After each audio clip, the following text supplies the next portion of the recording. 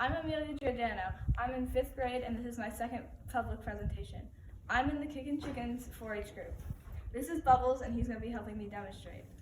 I'm going to be demonstrating on how to tack up a horse. First, you want to grab your hoof pick and you're just going to walk over to the hoof. And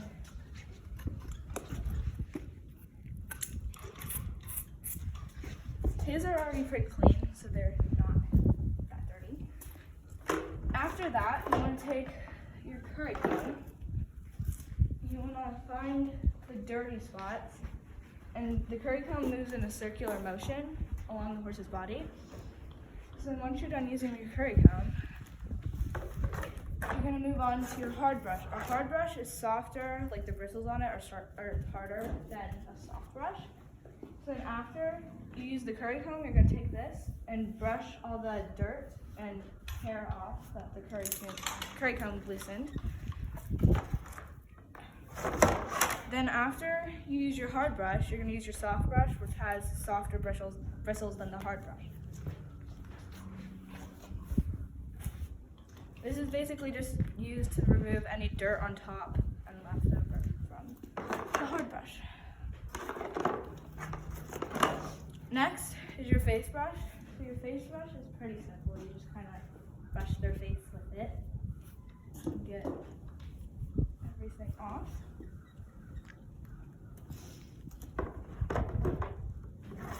After you use your face brush, if it's needed, you can use the mane and tail and forelock brush, which you just kind of do for his mane and same for his tail, which is a little naughty, but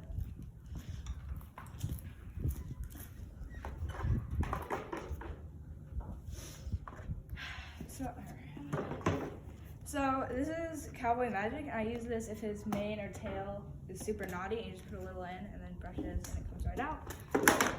And then this is Shoshin, so if you just spray it on them a little, and then you can take either your soft or hard brush and you just brush it in. It makes the dirt kind of disappear, and make them shiny.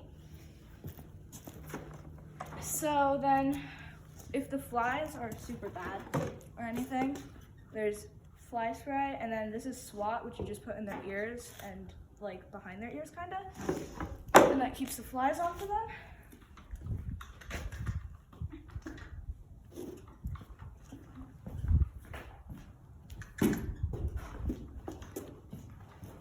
Once you're done with that, some people use the wither pad first, but I use the saddle pad first. You're just going to put that on his back, move it up close enough to their withers, a little bit above. And then once you're done with that, you're going to take your wither pad and put that on top like that. And you kind of want to make sure this buckle on it's aligned with right back of their leg so the girth can fit in that. So once you're done with that, you can take their saddle and place that on top like that. And then to keep this off their withers, you just want to take the saddle pad and pull it up a little. And then you can take their girth. And I'm just going to put that there right now because I use a breastplate which holds the saddle in place better. So this just goes over their head.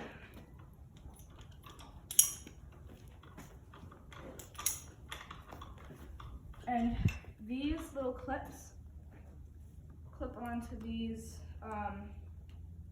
little latch things on both sides.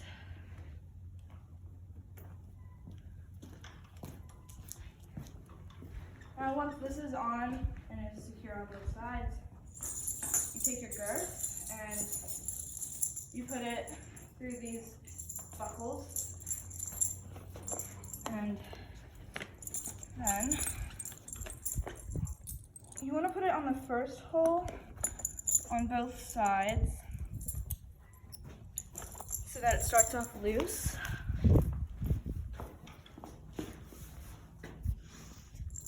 And then, so this end part just goes through the girth, so I keep the saddle in place.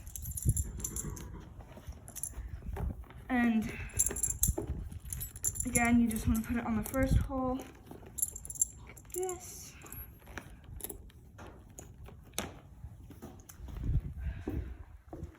And then you want to tighten it.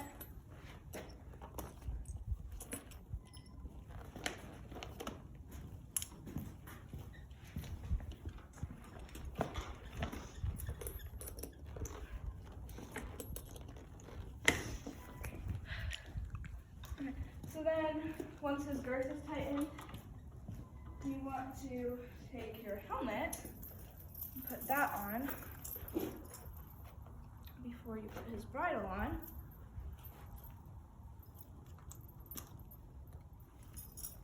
And whenever you put their bridle on,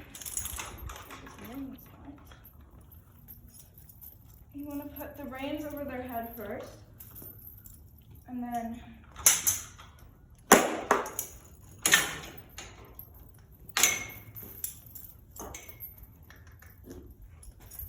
you want to make sure nothing like the crown piece or the neck, like the throat latch, or nothing's in their way. And then I put my thumb in the back of his mouth because he doesn't have any teeth back there. And then it's a bit hard to sometimes get it over their ears. But I just put my hand over his ear so it doesn't rub his ear whenever I try to put it on him. And then sometimes it does get in his eye. That right there. And then you want to tighten all of the straps. So this is the throat latch, and I put his on the third hole just because that's as tight as it can be without choking him. And then the chin strap I put on the second to last. Because you can't see the holes in the sun. And you just want to put that through all the extra. So he has a chain on his bit, but some don't have chains. And all you do to straighten the chain is just twist it one direction and it comes straight. And then his is a little loose, so I just put it through there, and then this keeps it from not, if I put it through here, it keeps it from not poking him or anything. So, once you have that done, you are ready to start riding.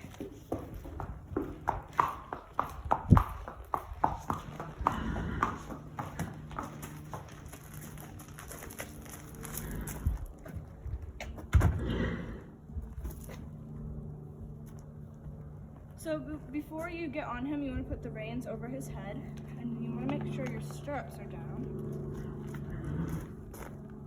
on both sides. Well, probably before you put your stirrups down, you want to make sure your girth is tight enough.